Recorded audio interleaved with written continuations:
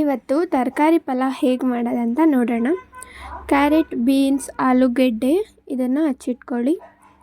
ಅದಾದಮೇಲೆ ಬಟಾಣಿ, ಹಸಿ ಬಟಾಣಿ ಮತ್ತು ಕೊತ್ತಂಬರಿ ಸೊಪ್ಪು, ಪುದೀನ, ಮೆಣಸಿನ್ಕಾಯಿ, ಶುಂಠಿ, ಬೆಳ್ಳುಳ್ಳಿ ಇದನ್ನು ರುಬ್ಕೊಳ್ಳೋಕ್ಕೆ.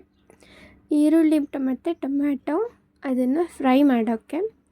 ಮೆಣಸಿನ್ಕಾಯಿ, ಶುಂಠಿ, ಆಮೇಲೆ ಬೆಳ್ಳುಳ್ಳಿ, ಪುದೀನ, ಕೊತ್ತಂಬರಿ ಇದನ್ನೆಲ್ಲ ಹಾಕ್ಕೊಳ್ಳಿ. ಒಂದು ಮಿಕ್ಸಿಗೆ ಹಾಕ್ಕೊಂಡು ಅದನ್ನು ರುಬ್ಕೊಳ್ಳಿ. ಸ್ವಲ್ಪ ನೀರು ಹಾಕಿ ಅದನ್ನು ಚೆನ್ನಾಗಿ ರುಬ್ಕೊಂಡು ಪೇಸ್ಟ್ ಮಾಡ್ಕೊಳ್ಳಿ.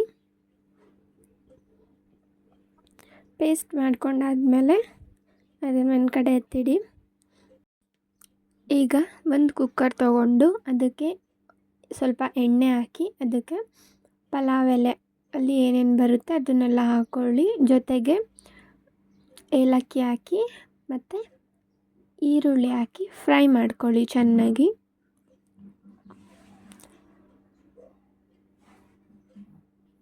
ಫ್ರೈ ಮಾಡ್ಕೊಂಡಾದ್ಮೇಲೆ ನೀವು ಏನು ರುಬ್ಬಿರ್ತೀರ ಅಲ್ವಾ, ಕೊತ್ತಂಬರಿ ಸೊಪ್ಪು ಅದು ಪೇಸ್ಟ್ ಆಗಿರುತ್ತಲ್ವ, ಅದನ್ನು ಹಾಕ್ಕೊಂಡು ಅದನ್ನು ನೀಟಾಗಿ ಫ್ರೈ ಮಾಡ್ಕೊಳ್ಳಿ. ಅದಾದಮೇಲೆ ಟೊಮ್ಯಾಟೊ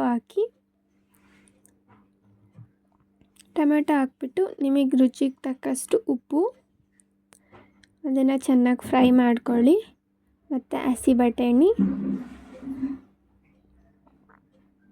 ಅದಾದಮೇಲೆ ಹಚ್ಚಿಟ್ಕೊಂಡಿರೋ ತರಕಾರಿ ಎಲ್ಲ ಹಾಕ್ಬಿಟ್ಟು ಫ್ರೈ ಮಾಡ್ಕೊಳ್ಳಿ. ಅದಾದಮೇಲೆ ನೀವು ಅಕ್ಕಿನ ತೊಳ್ಕೊಂಡು ಅದೆಲ್ಲ ಫ್ರೈ ಆದಮೇಲೆ ಅದನ್ನು ಅಕ್ಕಿನ ಹಾಕಿ ಅದನ್ನು ನೀಟಾಗಿ ಕಲಿಸ್ಕೊಳ್ಳಿ. ಅದಾದಮೇಲೆ ನೀವು ಬಿಸಿನೀರು ಇಟ್ಕೊಂಡು ಅದನ್ನು ನೀರು ಹಾಕ್ಬಿಟ್ಟು ನೀಟಾಗಿ ಕಲಿಸ್ಬಿಟ್ಟು ಒಂದು 5 ಮಿನಿಟ್ಸ್ ಬಿಟ್ಬಿಟ್ಟು ಆ ಕುಕ್ಕರ್ನ ಮುಚ್ಚಿಟ್ಬಿಡಿ.